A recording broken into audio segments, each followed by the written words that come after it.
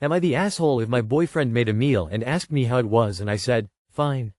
So my boyfriend made chicken breast with some white rice, a salad with garlic, and we had some pickles and beetroot on the side, from jars. And we sit down and he says, how is it? And I said, fine, there's nothing special, everything tastes as it should.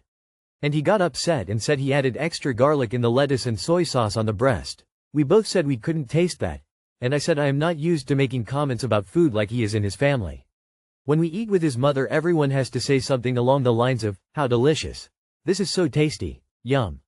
At every meal. And in my family we probably find that behavior a bit fake. We just sit down and talk about other things, and if there was something new in the food then that would be a normal question to ask how it was.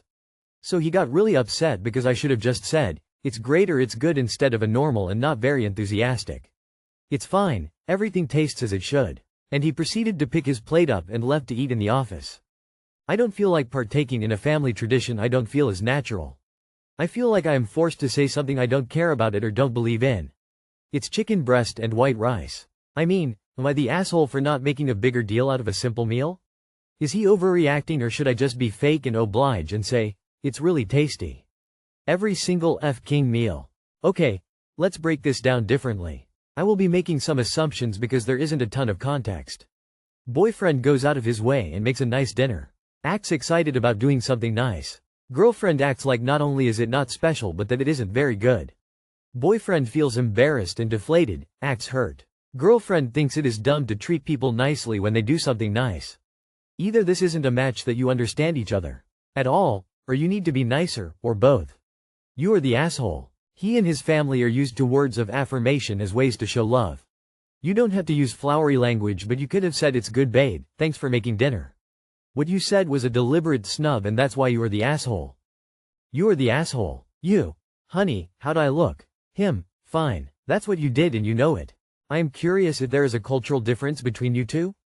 You are the asshole. If someone makes you food and then asks you about their food, the first thing out of your mouth should be a compliment. Even a small one like, it's nice. Constructive criticisms can be given after that. This is some basic rules of living in a relationship, family, society, which has nothing to do with your family or how you were raised. This is just politeness towards someone you love and live with. These are some small things that make a lot of difference. You are the asshole. Just say it's good, or thanks for cooking. You can give a small compliment. What you said was actually negative and a snub. Am I the asshole for not eating food made for me on a date because I'm picky? I, 24F, am a single mom of an 8-year-old. I was in a bad relationship as a teen, which led to me being pregnant. I haven't exactly dated since, maybe been out on a few dates. My daughter has a condition called ARFID. It means she has a very restricted diet, and it is very much connected to her ASD. I don't force her to eat certain things that are her unsafe foods.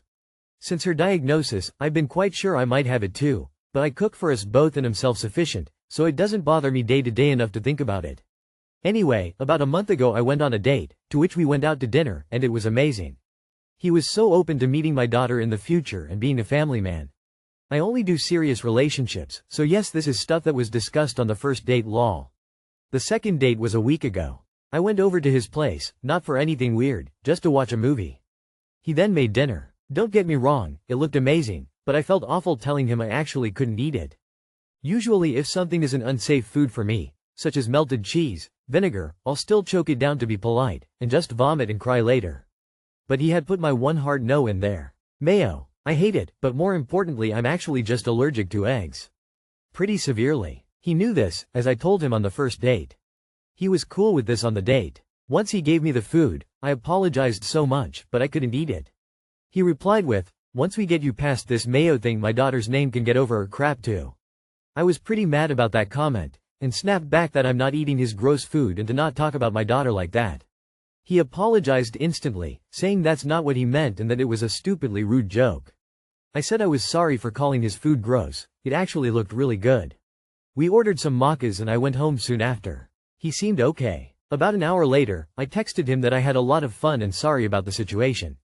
He said, it's fine, just didn't have to be such a dick about it.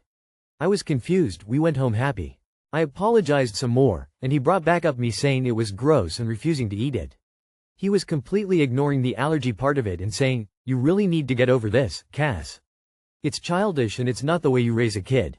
Things like that. I know being picky is annoying, but I don't feel like I did anything too wrong. Am I the asshole? Not the asshole. He's not the one. Based on his attitude and what he said and how he acted, he's the type to not believe allergies are real.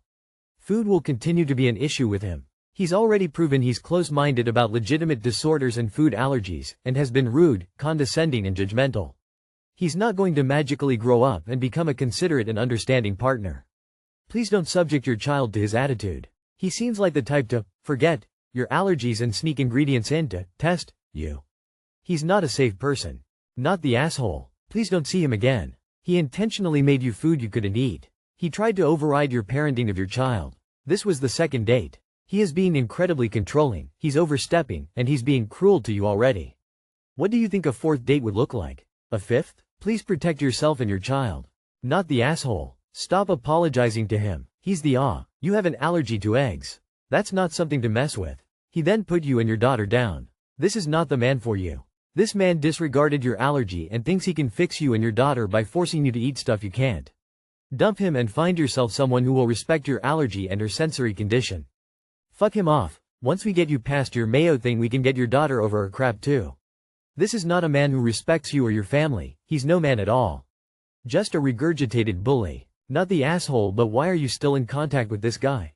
Location flag, location flag, location flag.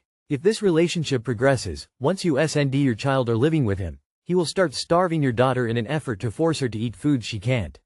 The mask has slipped. Thank your lucky stars it happened on the second date. He's already told you who he is, believe him. ARFID isn't being picky, it's a legitimate eating disorder. It's not something that people choose or can be bullied out of. It's also an incredibly common comorbid condition with autism. Side note, there's a strong genetic component for autism, so might be worth seeing if the symptoms are something you relate to too. I only got diagnosed after my kids were winking face. You're not the asshole, but this guy has shown you his true colors. He is not a good or safe fit for you, and especially not for your daughter. You both deserve better. Am I the asshole for ignoring a baby on the train? I was on the train yesterday traveling up to university as I had an important exam. I was super stressed out just trying to do my flashcards on my phone. I was sitting at a 4-seater, really quiet train, when this woman with a large buggy sits right across from me, effectively shutting me in. I thought it was weird because she knew I would have no space if she sat there.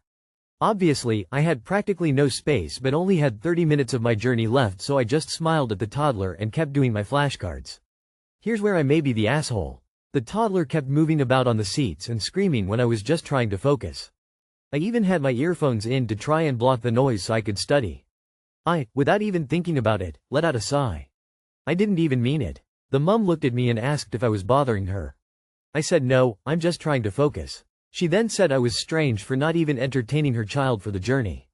I didn't even say hello to him or anything. I could have gave her a break. I was shocked by this because why am I, a stranger, meant to entertain your child? Just because you sat right next to me and blocked me in on a quiet train? It was so weird of her. I just nodded and went back to what I was doing because I had other things on my mind. Am I the asshole? Not the asshole. I've a toddler and I could never imagine speaking to someone that way. She's my responsibility, not a stranger's? Not the asshole at all. You weren't rude, you were just trying to study for an exam, which is completely reasonable. The mom was out of line expecting a stranger to entertain her child, especially after choosing to sit right across from you on an otherwise quiet train. A sigh isn't an offense. It's a normal reaction to stress and distraction. Parents don't get to claim public spaces as their personal childcare assistance zones. You weren't obligated to interact with her kid, and her comment about you being strange was just projecting her own frustration. You handled it maturely by not engaging further. Focus on your exam. That's way more important than her misplaced expectations. Not the asshole. Random strangers are under no obligation to entertain or say hello to toddlers. In fact, some people get really upset if you talk to their kids. There isn't a social expectation that random people will entertain other people's children on trains, planes, or anywhere else. You could just as easily say that she had a social obligation to prevent her noisy child interrupt a student who needed the train journey to study. Hey, not the asshole. I am mother, but I never expect anyone to take care of my child or to give up seat for my kid. And even though I'm a mother, I don't care about other people's children.